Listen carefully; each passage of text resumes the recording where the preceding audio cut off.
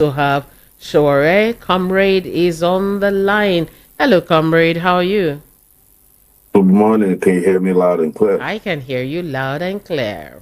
How are you doing? You good? Morning. Good I'm good. morning. Thank you very much. Great. Yeah. So we just move on straight on and we'll just go straight to August 1. August 1 is the main reason for this discourse and it's been the main talk all over town. And you've been one who's been talking about revolution now for as long as I can remember. You've been asking for a switch, a change in the way things are being done. Before we move on, for people who do not understand truly, what do you mean by revolution now? It is very direct and very succinct. And what I would say to people who are listening is that the way to break this down is that things no longer work for you and me in Nigeria. And there's no way things can work on their own, except there's a confrontation between good and bad, because the bad part of our country, its citizens, the worst amongst us, have taken over power, and they're using it to oppress, to enrich, and destroy our own destinies individually and collectively. What the revolution does, as it's always done in every society that's had a revolution, not us, is that it puts an end to this culture of impunity, of the oppressive system, of nepotism, tribalism, of high level, high handedness, corruption, and all forms of things that you see in society today that makes you feel like I have to run. I have to close my eyes. I can't stand this anymore. I've had enough. It's what we want to put a stop to at once Mm. and then have a reset and fresh start. In a layman's language, it's just like you have a phone that you bought and all the apps are no longer working. You can only barely make a phone call on it. You can't use WhatsApp again. What you do is that you shut down that phone, you clean the system up completely, and restart and reset the phone and start uploading new apps so that it can work for you and others that you might need to communicate with. This is the way to lay it down because I know a lot of people use mobile phones, especially smartphones, a lot in Nigeria. Maybe this can break it down to their level. So that's what revolution is about because Nigeria has tried every other thing. We tried reforms, economic. We hear that all the time since I was born. So always something's going to happen. They said they provide you water in 1980, then they move it to 1990, and then they said it's year 2000. They'll give you democracy, they'll give you good schools, but Mm. everything has broken down irretrievably, and there's no point pretending that this is going to change except we change it ourselves. Mm. And one thing that comes to mind is the fact that this has been going on for a long while. You said so, and even before now, we've always had one form of protest in the country, beginning from the time of the military till this point. And you were part of some of those protests in the old. Now let's go back a little bit. Let's compare then and now. What is the difference? Why is there so much tension? When you guys had your own protests then, way back, let's say during Abacha's time and all that, how was it? How was it different from what we're seeing now? Because now I see a lot of people running from pillar to post, screaming about danger and so on. Was it like this then? Oh, it was more dangerous during the military because if you go out of your house during the military time period and to protest, you are most likely going to confront soldiers who will just shoot at you, policemen, the usual kill and go police. But those days, it was understandable because we knew we were under military rule, right? But we are also still in the same line of fire, even under civilian rulership. And that is why people start to question democracy. That's why sometimes people say to you, oh, you fought for democracy, but this is trash that you have now. They're still doing what they used to do during the military era. In fact, some people can look at some of the military dictators and say they were better off than the civilian rulers Real. we have now. Yes. So that is why this needs to change. That we could go in those days, but I'll shock you. In our days, if a civilian court gives a ruling or an order, the military will respect it. Except if they have a decree that says they must not respect it. But if the decree doesn't say they can't respect it, they will respect it. But under this civilian rule, they have no respect for the judiciary. The national legislative arm is like a rubber stamp. It's even worse than a rubber stamp, because at least you can change the date on a rubber stamp these days. They are it's the same thing. You just place them and put it, and they don't care because it's all rub my back, rub your back kind of system. So, and the executive, of course, is criminal. So you have all of these three arms of government who are supposed to be checking on themselves all fused together. Reason being that they're the ones making the recruitments. The judges recruit their children into the judiciary. The executive does the same. The legislative system are just a bunch of contractors in Abuja. They're not making laws. They're just running contracts. If you go to the National Assembly, you look at all the contracts that's coming out of there, all the ones that comes out. In fact, when they tell you they want to come and do oversight of the ministry, it's to come and bring the ministry to their office to be extorted or to be forced to give contracts to them and their wives. They do it openly. So we've reached a point that the U.S., for instance, was, in the early 1900s when the mafia was in charge of everything, including the police chief, the contracting system. At the point, the mafia was also in charge of the unions. I'm talking about the labor unions. And that's also where we are today. The mafia that's holding up Nigeria are also in charge of the labor unions. Look at this period now. All Nigerians are saying, let's protest, let's fight hunger, let's end bad governance. What is the Nigeria Labour Congress doing? They are issuing motivational speeches every day. We are not the one who called the strike. Oh, please don't tell us to call it off. You understand? Even Nigerians are asking for them to be paid 250,000 naira as minimum wage. They went and accepted 70,000. They were doing bosa for the president. Money that cannot even take you home from where you had the meeting with the president. Money that can buy you a recharge card for some of them in one day. Money that can buy a bag of rice. Money that can buy medicine for somebody who has malaria or typhoid, as it's normally called. Money that cannot transport a soldier who's at the war front in Maiduguri back to his village, even if he gets a pass. Money that cannot pay the school fees of a child who's going to any school for that matter, whether it's state, federal, or local. A money that just can enable you do anything. They're all there shouting Bosa for the president. Over 70 times, yes. Comrade, I want to find out directly from you now. You've been talking about revolution now for a while, as I mentioned, and recently, when this whole August protest came up, the cry from some of the, I'll call them spokesperson for the presidency, said that the people who are behind this are people who lost elections. They are disgruntled, and fingers were pointed at one in particular, Peter Obi, and a lot of people were like, this man has never mentioned anything. The person who talks more about this is Sowore. Why are you calling Peter Obi? When you heard that, how did you feel when you heard the allegation of these are the people responsible, disgruntled people, and so on? You see, you must understand the psychology of power.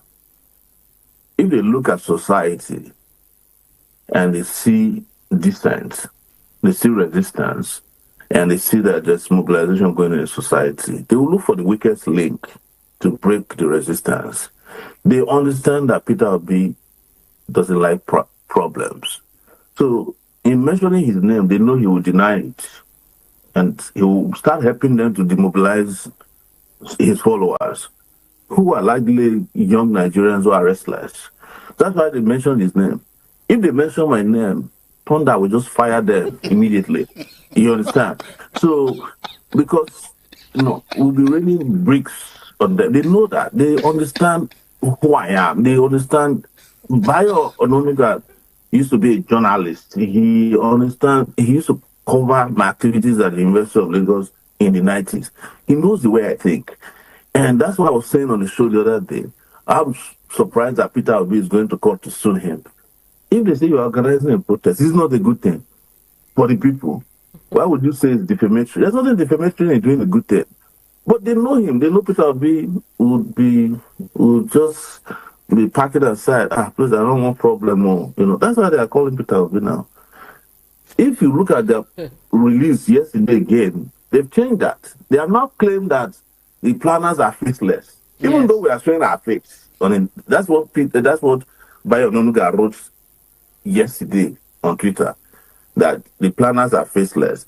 The DSS is saying that, well, they know the planners, but they didn't mention anybody's names.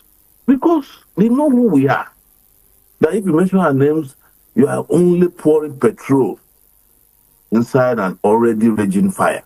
So that is what they are doing is what they call psyops, psychological operations. So, when you pick on the weakest part of somebody's, sensitivity, and then use it to demobilize him or destabilize the person or a group of people. That's what they do.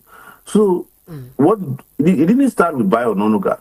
It started with one commissioner of police in Zamfara who said that people who are planning protests are terrorists, bandits, and unemployed Nigerians. Do you know how we responded? How did Nigeria come about terrorists and bandits and unemployment? Is it not three people? So deal with it. And that one ran away. So they've gone full circle, right? And the next full circle that they've gone through, if you say so, is the fact that they're saying that most of those who are behind this facelessly, in quote, are in the diaspora using artificial settings to chat, to talk with people, and just spurring people on back home, but they are in the diaspora. And true to form, you're in the diaspora. Look, all these things are rubbish. They don't want to deal with what is coming, and they have also seen it. Because I'm speaking with you, a lot of them have moved their families abroad. The senators and the House of Rep members are taking a 7 weeks break. I think in Bayelsa, all the judges are gone on vacation automatically. Everybody's going on vacation. Even in Lagos, where they said they wanted to have Oro Festival, all of them are saying no, they don't want to do Oro Festival anymore. Because, you know that joke, it's not a joke, there was a musician in Lagos, I think it's Obesere. They had a popular song that says, "Egungun, be careful, na express where they go."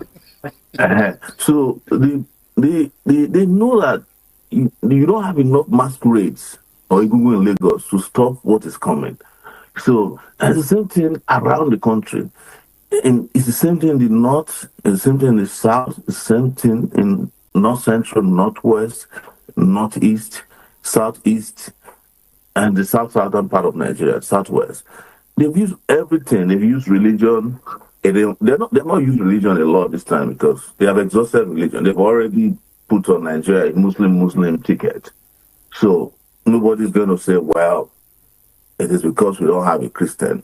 Nigerians said, okay, you have a Muslim, so you can't use religion anymore. But they have paid off pastors, paid off imams in the north. It hasn't worked. They are not using ethnicity. Oh, it's the Igbos who want to come and burn down Lagos. As if there are no Igbos in Lagos who are paying taxes. As if Igbos are not participating in elections. When they want to win elections in Lagos, they go to Igbos. They go and bet them. They even go and ask them to, the rich Igbo businessmen, they go and collect money from them. Are you getting my point? When they look for people who are sharp, who can do administrative work, they go and recruit an Igbo man. There was an Igbo commissioner in Lagos who later became the minister of budget. I think it was the person in charge of budget planning in Abuja somewhere. So when they're looking for sharp people, they don't have problem with Igbo. But when there's protests, because Nigeria has an Igbo problem, which is that it's the easiest way to demobilize or mobilize people is like, it's Igbo now. They want to come and collect your house. They want to come and collect your money. You understand? They will use all of that. And it's unbelievable because we are supposed to be one united country. But when people rise up to say we need food, you are saying it's because they're Igbo. I've never seen a market where food is cheaper for Igbos in Nigeria than it is for Yorubas. The Yorubas who were celebrating a Milokon when Tinubu was coming, they are now shouting a Bilokon, which is meaning it is time for hunger. And all of them are asking to be given a fresh list of life. So, but it has become propaganda. Now they've shifted to the diaspora. How is diaspora the people who are in the north? The people who are most active on these end governance protests are based in the north. Northerners don't even like traveling abroad as much as or as many as Southerners do. Are you getting my point? So how is that a diaspora problem? But they must find somebody to blame but themselves. You are the one who went and contested the election, rigged yourself in with INEC, and said that you are going to change Nigeria. And the day you arrived, you decided to impose the biggest punishment on Nigeria, that saying we're removing fuel subsidy without any plan for how that would dislocate the economy. And then you floated the naira. And then you increased the tariff for electricity. Even people who are managing to do weather and all that, they now have nothing. They can't afford to pay your band A or the bandit electrical, classifications that you put in place. So everybody's folding up. Companies are folding up.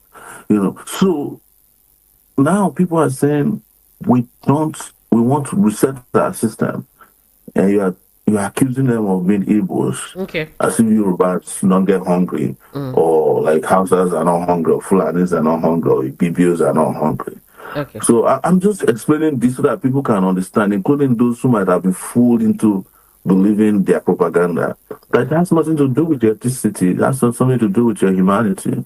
All right. So the issue of diasporans, some I believe may be coming for it, while some may be organizing in the diaspora. Because I was just running through some of the things that you brought out and other people. That it's like there are roadmaps of why it's going to move in other parts of the world, not just in Nigeria. Absolutely, it's a global revolt against bad governance in Nigeria. Why are they afraid of diaspora? Diasporas are contributing over $50 billion every year through remittances to Nigeria. If you love their money, why is it that you don't want to hear their voice? In fact, I think it is because of diasporans that Nigeria economy has not collapsed completely. Otherwise, we'll be gone. Because every time people send money home, to support people want to wed, people want to. Now they even have money transfer systems that can help you help somebody. You can buy groceries for somebody and they go and pick it up in the grocery store at the ShopRite. Wow. That's how important the diaspora community is. So, and part of the demands this time around that there must be diaspora voting. Because if you are collecting diaspora money, you must allow them to be part of the decision-making process during the election cycles. So what are some of the demands? Because people are just joining. The only thing they know is that there's a hunger protest. We are hungry kind of protest. What are the other demands? This is beyond hunger protest. If you do hunger protests, if they give you food, the protest will be over. Are you getting me? So this is beyond hunger. There are 15 sets of demand that was set out. And one of it fundamentally is that Nigeria needs to change fundamentally or foundationally. We want to scrap the 1999 constitution and allow people to make a constitution that will take care of all their concerns and needs and aspirations, including a referendum if you want to leave Nigeria. It should be part of our constitution. It should be part of our constitution that we don't want certain laws that are archaic and unacceptable to us. It should be part of the constitution that Nigeria is a secular society, that you don't have to sponsor people to go to Hajj or Israel. It should be part of the constitution that Nigerian children should enjoy free education up to university level, because that's some of the things we have, and that our national resources should not be privatized.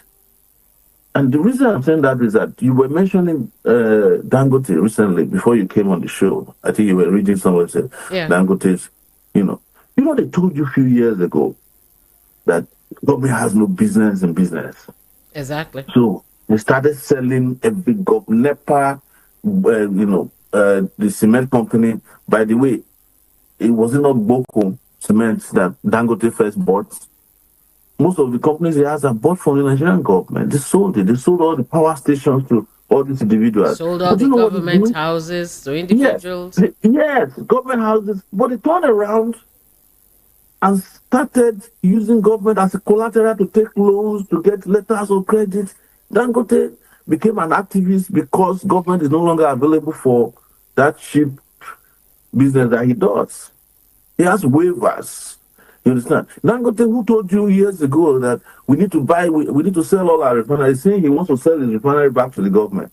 So finally, government has business in business, right?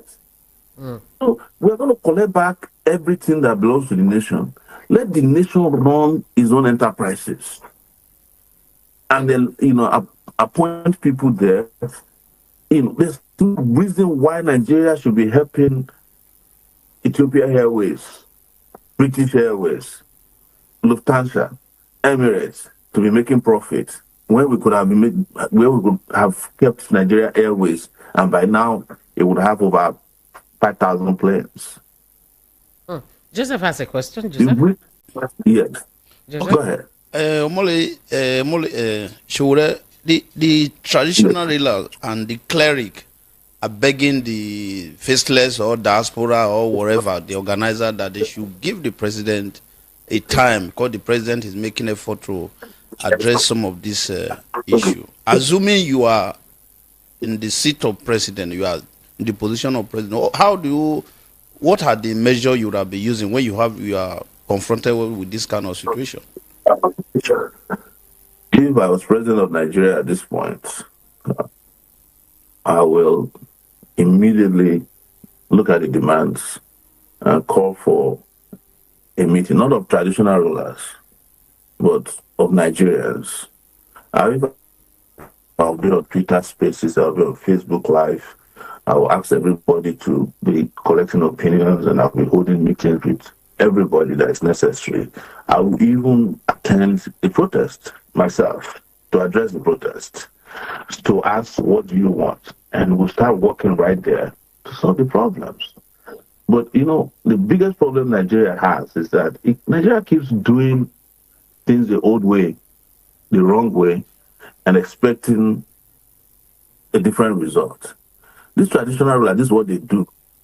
You remember under the military, they will go to Abuja, they will give them money. They'll come out and address the press conference that they have seen a hole inside Abuja. That the moment they saw the hole, they discovered where the problem of Nigeria was coming from. At the time under Abacha, they will say, we have seen the video that Abacha was. They are convinced that they should arrest Obasanjo and arrest for coup plotting. So that's what traditional rulers do. They were the same people who sold blacks into slavery. There's a chief Moby Dick in Badagry. He's still being celebrated today, who was the middleman for selling slaves. You understand? These are traditional rulers. So the traditional rulers have always been part of the problem. And with due respect, this is the reason why I don't go to palaces anymore. In my last campaign, I didn't enter a palace. I cannot see myself prostrating for people who are my problems. And generally, I don't see why in 20 whatever, another man must be happy for another man to prostrate for him to be able to communicate or appreciate the person. But don't forget that this same traditional ruler who will actually come and prostrate, at night they will carry the same crown and go to the government house and kneel down for the governor to get contracts. And by Nigerian law, most people don't know this, local government chairmen are more powerful than traditional rulers. In fact, most traditional rulers are paid through a 5% fund allocated to local government that's paid. That's how they get paid. So they have already reduced them to nothing. So anytime anybody can summon a traditional ruler in Nigeria to say, come and see me, some of them will forget their shoe. They will just rush because they are lackeys of the government. Lackeys. And that's why they are very easy to summon. And I've seen that with due respect to, I know people will come at me and say, oh, you are forgetting your tradition. Tradition is not static. It has to be dynamic and progressive. So if your tradition is still behaving like the slave trade era, change it. You understand? Get some modern traditional rulers who can stand on their own, can stand for you. Otherwise, Just change the palaces to museums. Change the palaces to museums, so has said. Yes. Let's go back to Ojota, when they had the Yes. rally against Jonathan. The president, aside that particular one, said that all the times he had protests, he did them peacefully. He just protested peacefully. And people are saying that you were able to protest peacefully because nobody sponsored anybody to attack you, right? So Yes. he's calling that you guys, you have to do it peacefully if you must do it. So let's go back to those days. Why were they peaceful then? Like the Ojota one against There, Jonathan, there was no there was problem per never se. a peace. There was never a time protests were in peaceful in Nigeria. It's always the government that comes and introduces violence in protests. And the Tinubu regime is well known for doing. They don't only introduce violence in protests; they also introduce it in elections. So, but let me also shock you that the same people who are telling that they were doing peaceful protests were together during the. I wasn't in their group, like, but we were generally together under the same umbrella during the pro-democracy period because they were abroad, we were at home. Joseph knows this very well. Were they not the one who were operating Radio Kudirat, an illegal radio station? It was operated by Fayemi, who has been two-time governor of Ekiti State and minister. So don't let them lie to you that they have always been peaceful. Running a pirate radio station, is that something that sounds peaceful to you? Yes. But it was acceptable because it was a means of resistance. So there's nothing here that's, in fact, today, one of the groups planning in Abuja of our TIB, Take It Back movement, wrote a letter to Wiki to come and open the Eagle Square. Eagle Square. For so that people can camp out there, keep their things, bath, park their cars, and when they are ready, they can go to the Afro Rock. They even requested that they should remove the wire mesh that is separating. Hold on, let me read a bit of it for you. Let me just read a yes. bit for you. It says, as one of the groups organizing the forthcoming hashtag End Bad Governance protest, Day of Rage, starting from August 1 to 10th, 2024, we at the Take It Back movement write to your esteemed office to notify you of our decision to use the Eagle Square as a point of convergence for patriotic Nigerians to demand for better governance. They go on, and some parts they put in bold. Further, your office must also ensure the provision of a 24-hour power supply, toilet facilities, water, security for the conveniences of Nigerian citizens who will be camped out at the Eagle Square. In short, that they find trouble. This is from their letter. In short, we ask that the protesters are accorded the courtesy accorded to foreign and local official dignitaries who have frequently used the space. This letter actually came out after Wike had told them that Abuja is closed to any protest. You will not do any protest in FCT. So they wrote this letter, very strongly worded letter. So what does that tell you? If they are not peaceful, would they write a letter to ask them to come and open Eagle Square? They have written to you now, come and open it, put electricity there, make sure the water is running, put security there, while we go about our peaceful endeavors. If you read the letter further, you see that this asked for 10 days at first. But they wrote there that the situation might warrant them using the place beyond 10 days. Maybe prolonged beyond. Yes. If they are not peaceful, would they be asking for those kind of things? If they are not peaceful, they will just break into the place now. Are you getting my point? Yeah. So it shows that not only are they peaceful, they are civilized people who want to fix their country without bloodshed. But do you know who always introduced violence? Remember NSAS? They were using official cars to drive out thugs in Abuja. DSS driving and dropping trucks to attack people. These were captured on tape. They did the same thing in Lagos. They were using Lagos buses. Lagos owns public transportation buses to transport, thugs. You remember that iconic picture of the guy holding machete? Yes. Who have never been questioned or arrested till today. And it's still in Lagos there. And when they didn't succeed in doing that, they sent soldiers there to go attack and kill innocent protesters who were waving the Nigerian flag and singing the national anthem. So you tell me who is peaceful now and who is not? This NSAS has become like a benchmark for the protests because they say, see what happened during NSAS, and they say you guys are shadowing what happened in Kenya, and how did that in Kenya go? It's still ongoing, and it's not looking like anything that will end peacefully because people also have died there while doing that. So these have been some of the foundations on which they fear for the breakdown. Anarchy have been laid, and the military also came out to say that they will be on ground. They will not allow any of those things that happened last time. DSS is saying that, oh, we have intelligence, we know that people want to come and hijack the whole thing and cause confusion in the country and so on. But you were saying that it's meant to be peaceful, and it's the state actors that are usually the ones who cause the wahala. You have not read.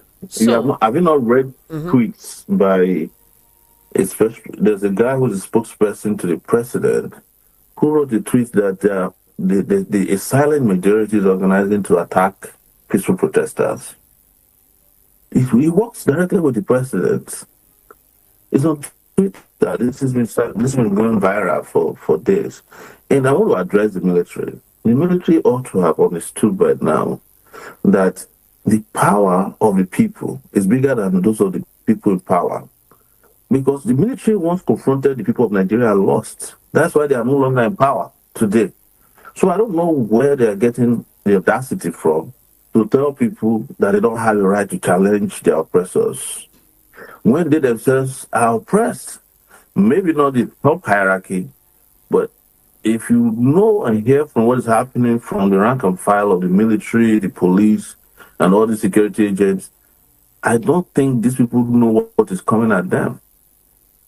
I don't think they understand. I don't think the intelligence they need should be those collected to stop Boko Haram and bandits and kidnappers. The muscle the military needs to be showed against Boko Haram. But here they are. They want to come and show power to the people, against the people who pay their salaries. But let me just make it clear to them that the Nigerian security architecture, all of them who are armed, both the ones that their guns are working and the ones that their guns are jammed, they are not more than 1 million. And here we have 200 million people. And out of that 200 million people, 73% of them are people who are aged below 35. So if they want to make it happen, if they want to see the wrath of the people, I will tell you that if everybody comes out today as is expected, the military will run away. But I hope they don't provoke the Nigerian people to that point where they themselves have to either join or run. Because we want them to respect themselves enough so that they can continue the process of keeping peace and protecting the public, including the protesters. Is it right? Because the culture of protest, the right of protest, the right of freedom of association is enshrined even in their own military sanctions 1999 constitution. The constitution we have now was written by the military, and it's there. I think it's in section 40 somewhere that you have a right to protest. So if they put in the constitution that you can protest, why are they now suddenly afraid of protest? You know, when you say they don't know what is coming, there's a way you say the coming. Even me asking you the questions, I feel what's coming? Sowore, what's coming? What's coming is simple. People have been cheated for too long. They have been maltreated for so long. And they are asking to speak freely and peacefully. And what is coming is that there's a lot more voices that will be heard this time. What is coming is that there's going to be a lot of feet on the ground because people have been voting with their thumb, but you rigged the election. now they want to vote not with their feet, but they want to stand on their feet. That is what is coming. And I know, as a student leader who has led a lot of mass revolts across Nigeria, and who has seen so many of them and studied it across the world, I know that this is likely to be massive.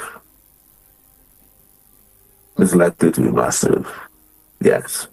Because the level of hunger that is driving this is unprecedented. You know, let me say something before you jump in. Every revolution in the world has happened, always have started as, the problem of so-called disgruntled people. But it is when you mess with the poor that revolutions become real and fast. The French Revolution had been building up for 10 years in 1789.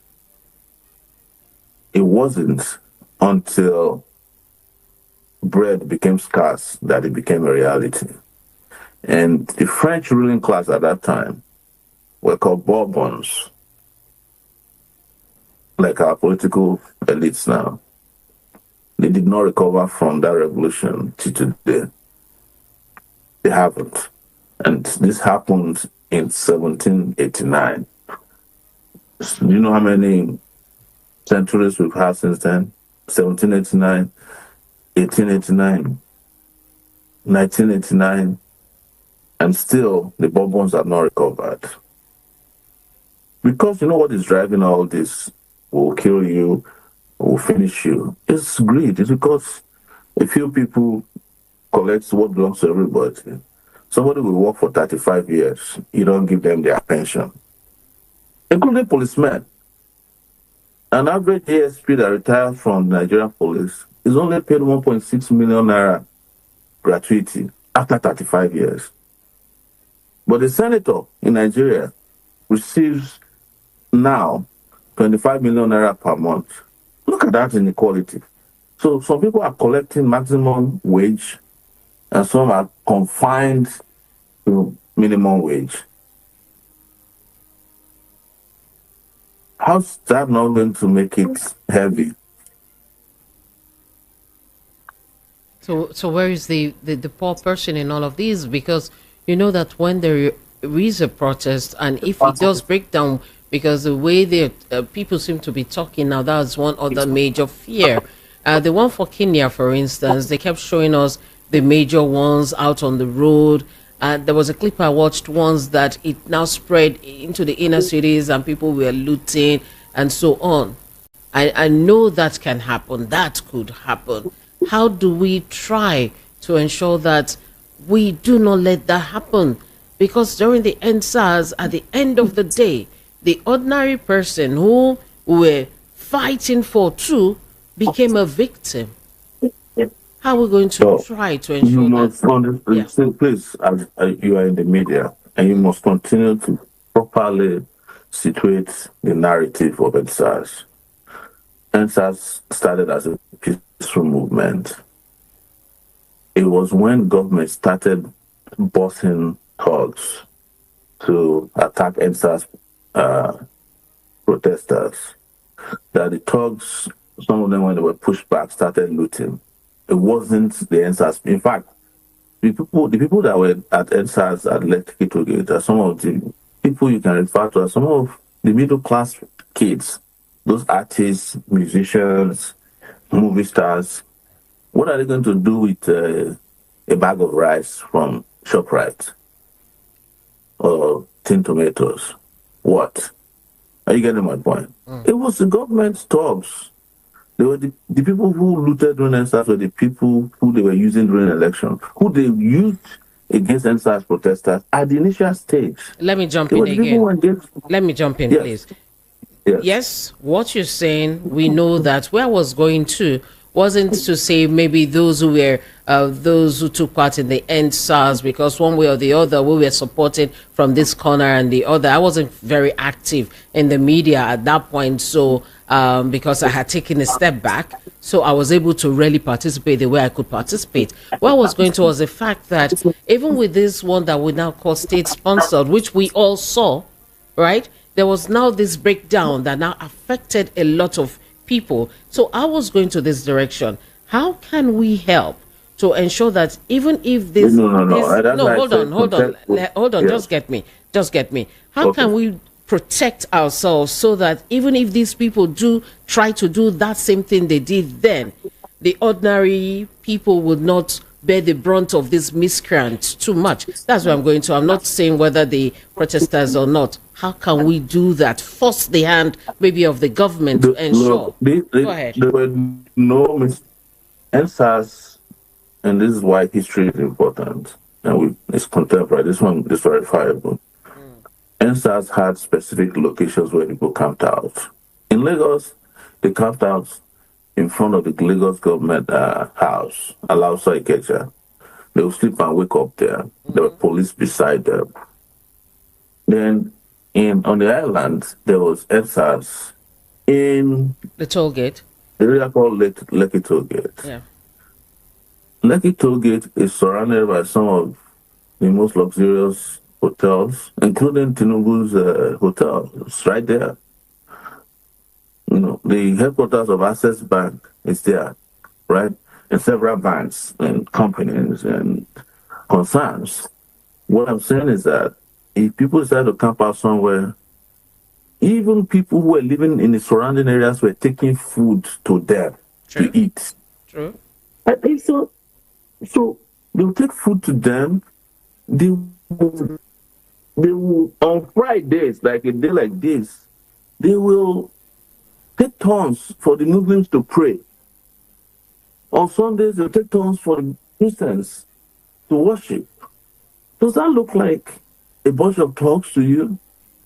So the Nigerian police army had the rest of Lagos to protect. It was open land. I was in Abuja. It was the same thing in Abuja. People were camped out in front of the police headquarters and then Unity Fountain. I used to go to police headquarters to go and give food. I donated my car. Nobody even tried to uproot the flowers in front of the police headquarters. So the rest of Abuja was there to be policed. There's nobody who said police should not protect Lagos or the army if the person doing it was not at the designated areas by the protesters. These areas were designated, for God's sake. So there's no reason for us to say that, oh, somehow the people who are, so it meant that people had left Lekki Toll Gate will now go back and be looting. No. But the government, in wanting to blackmail NSAS protesters, unleashed these looters, thugs, first on the NSAS, and when those ones succeeded, started going to neighborhoods. Whose job is it to protect the neighborhoods? Police. You know, let me tell you another thing. During COVID, do you remember that during COVID, which is not NSAS, there were people known as 1 million boys in Lagos. They were going from house to rob people. But one day, all the neighborhoods set up their neighborhood security units and went after them. Do you hear about 1 million boys in Lagos anymore? Because the people were tired of them. And in those cases, I think the people took laws into their hands and fought back. So the NSAS protesters also have security committees. If you stole a phone, and go ask anybody who was part of that protest, if you stole a phone within the grounds of NSAS and they catch you, they will hand you over to the police because there were policemen there until they went rogue on the NSAS protesters. So don't let us confuse these facts and start falling for the narrative of, oh, it's going to be hijacked. You know, I've been hearing protests being hijacked forever since I started protesting in 1989, 1992. It's the same excuse government gives. Oh, we can't let you protest because it's going to be hijacked. Who is hijacking a protest if it's not the government? It's the government that's always hijacked protests and turned it bloody and violent. So Yes. we can use this to look at what's going on now is more like fear mongering, because this morning I was wondering that there is so much This is fear fear mongering. mongering. They are look at the whole announcement that they are going to start doing Oro Festival all over Lagos for 15 days. What do you think that is about? It's to provoke the public, to create fear and panic. What's the meaning of Oro Festival? In the first place, Oro Festival is a family affair or a community affair. Even Oro starts at night and ends in the morning, because it's the reason why men in their chauvinistic way don't allow women to see Oro, because they are naked. Right? So now you want to put a curfew on the whole of Lagos to do Oro Festival. What are you trying to do? You want violence. They are provoking people to violence, so that when people go out to protest peacefully, some people will come out in the name of Oro Festival and attack you and claim that you are violating their tradition. And the government can say, well, we respect culture and tradition. Why don't you respect it too? Why did you go out? Does that make sense? Yes. And how many people are practitioners of Oro Festival? Not a lot that I know of. So if on that day now the protesters decide to wear masquerade costume and come out and fight, you will say that this is violence. But you are the one who set the stage for it. That's why I keep asking the media to place the blame where it is placed. So how do we now hold these people accountable? The people who seem to be spreading this fear, people who seem to be, pouring in quote fuel in a fire that doesn't even exist. Because the thing is, people say we are coming out that is responsible for it.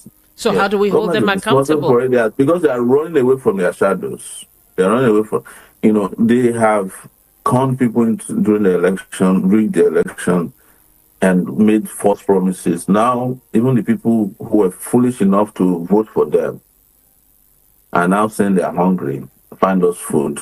Instead of them to look back at them and say, how do we resolve this problem? How, can we talk? They're saying we want to do Oro. Even the people who are going to do Oro in Lagos, are they not going to need food when it's over? Joseph? Yes. Are they not going to need jobs? All the people that are doing Oro, they have to work now. Oro is not full-time job. Egugu is not full-time job. All those guys that are carrying Egugu, when they are done, they have to go and look for, some of them are welder, carpenters, some of them are graduates. They have to go and work now. Some of them have 9 to 5 jobs. There's hardly a rich man. There's hardly a rich man who is the Egugu. Hardly ever a rich man. And do you know who Egugu is? Have you ever seen an Egugu before? How would you know? But there is a proverb. There is a proverb that when the Egugu start misbehaving, you will call the name of the person carrying it. Joseph, behave yourself. I know, so now you did it. Stop that. That's it. It is the Atokun that calls the name of the Egugu. Only Joseph will know the person who's inside the Egugu. The outsiders will don't know the Egugu now. Maybe you know me, I carry Egugu go court before now in Abuja. You carry Egugu. No, the Egugu where I carry go court. You like trouble, Jesus. I carry Egugu go court for Abuja before now. So nobody can use the Google to deceive us. I get my own personal Google for Abuja when I was there for 5 years. Okay, two things. Some of our wonderful people, they report that they are trying to carry their loved one out of this system because they don't know what may likely happen. And there they are receiving them. One, are those countries not part of the problem that we have? Then the second one is, I'm having a fear that you have a very good friend of the DSS or SSS. If we are speculating that if they allow this project, there could be a dissonance from the policing agency, are we to some extent maybe saying the wrong thing? I don't know what you mean by dissonance, but let me address the first question about countries who are receiving people. It is international law that if people are fleeing persecution, disease, or famine, other countries to receive them. If Nigeria were to be a good country today, if not even there used to be people who come and seek asylum in Nigeria from South Africa. Do you know that? Mm-hmm. Do you know that the University of Lagos that you and I attended used to have a program for South African refugees specifically? You know, and later on they used to have a program for people from Liberia who fled war and Sierra Leone. So it's international law, that's standard. There's no country who will refuse you entering their country when you can prove that you are running away from something that is uncomfortable for you. I think he's talking about. I think he's talking about the leaders who their kids who are on recess and running away. I think he's referring to those people. Yeah. But those countries have no way of knowing who is who. And in some other ways, which is interesting, I should tell you, the countries are also happy that these thieves are bringing their money to their own country. Yes, they're happy. The UK, do you know how much UK makes from Nigerian students every year? Even Ghana there. I don't even want to go as far as Ghana. Let's talk about Benin Republic. Do you know how many students of Nigerian descent are going to study? People studying English in Nigeria, they are run to Benin to go and study French to obtain a degree because Nigerian schools are not good. So most of those economies, Benin, Ghana, relies heavily on stolen funds from Nigeria. But it's not only in sending their children to school. There's a whole medical tourism that used to be in India. Now it has shifted to Egypt. These days, you hear an average Nigerian person, especially all those high people in Abuja who no longer can afford to go to the UK because medical costs have skyrocketed in those places. They're all going to Egypt and India. India makes over $5 billion from Nigerians from medical tourism alone. That's more than the budget of all the southeastern part of Nigeria. You get my point? Yeah. So, yes, almost. The same thing with Egypt. Like I mentioned airlines. If Nigeria bans airlines today from the British Airways from entering Nigeria, they will have a recession in the company. You know, so the same thing with all this Lufthansa. You see, these Emirates that is coming back. Not only do they travel from the Emirates for vacation or for leisure, they also carry money to Dubai, physical cash. So we all know this. You remember the UK schools were complaining when we started having issues with Nigerian students. They were complaining they were going bankrupt because we're spending so much money in their schools. Exactly. You know, the statistics are there. How much they make from. You see, that's what people don't understand that we keep saying, and it drives some of us crazy. So that's why they think that we're troublemakers. And I don't deny it. I make a lot of great trouble. And I won't stop until these people understand that we are not slaves or animals and should be treated with dignity. You know the cost of sending an average child to UK, some UK secondary school, a nursery school they call Eton, is enough to run 5 to 10 secondary, just a child. It's enough to run 5 to 10 secondary schools. You know. Did you not see what Yaya Bello went and did for 2 of his children? The amount of money he paid for school fees in advance.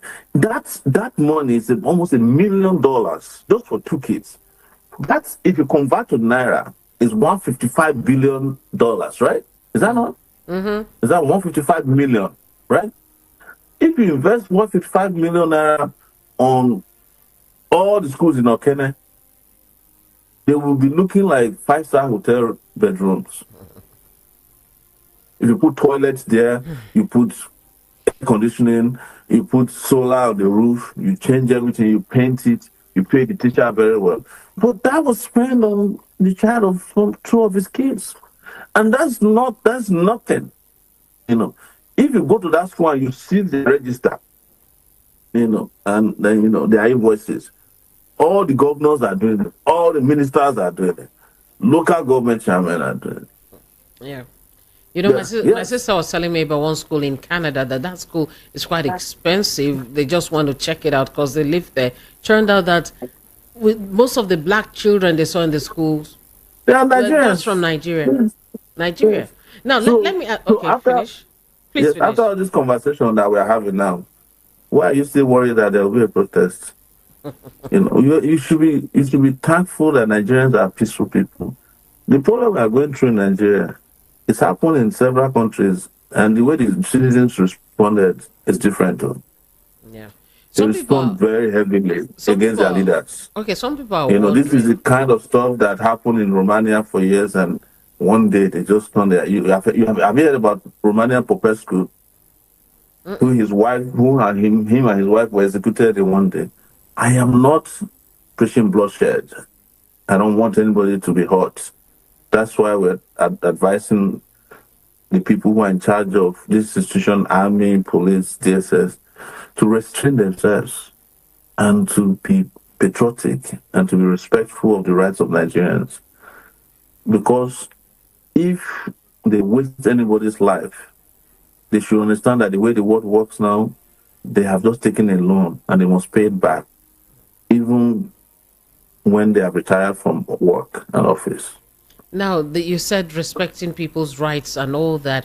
Some will tell you that it's our right to have freedom of movement that day, whether we're part of the protest or not. So people are wondering, why must roads be blocked? Why must you block roads? Some even said that during In the the conversation Ojota, that we've had so far, yes. in the conversation we have had so far, I've mentioned to you that anybody's going to block roads.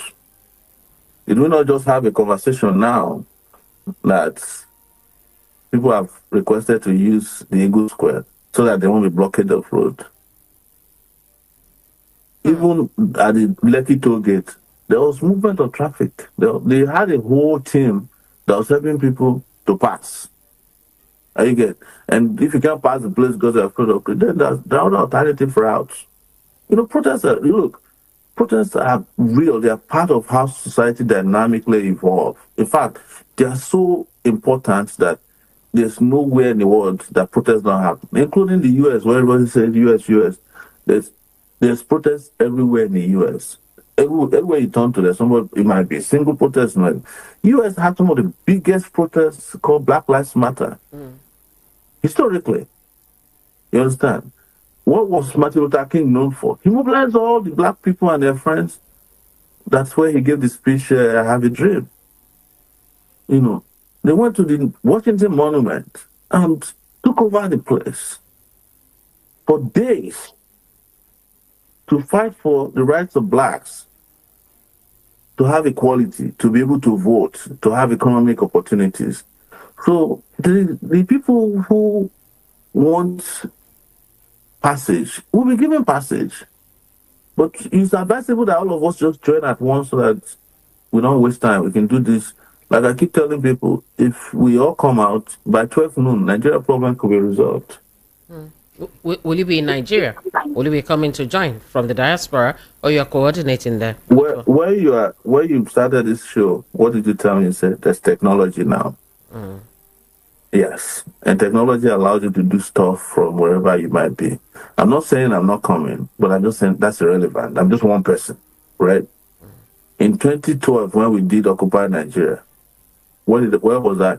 I was in New York. I was the one who held up the minister who came to a town hall meeting in the US to come and bamboozle us. I was the one, and it was one of the most significant protests at that time, But this one, we're talking about division of labor, right? Just like we are doing on your show now. You are doing your part, right? Some people are going to print leaflets, some people are going to distribute it. All of us on the day will go and protest. And it's global. I've said this is a global protest.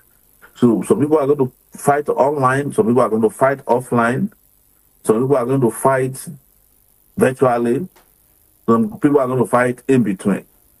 I don't want to go in the spiritual realm because then you start bringing religion into it. And I don't want to hear religion in this matter because prayer is part of the thing that put us where we are now.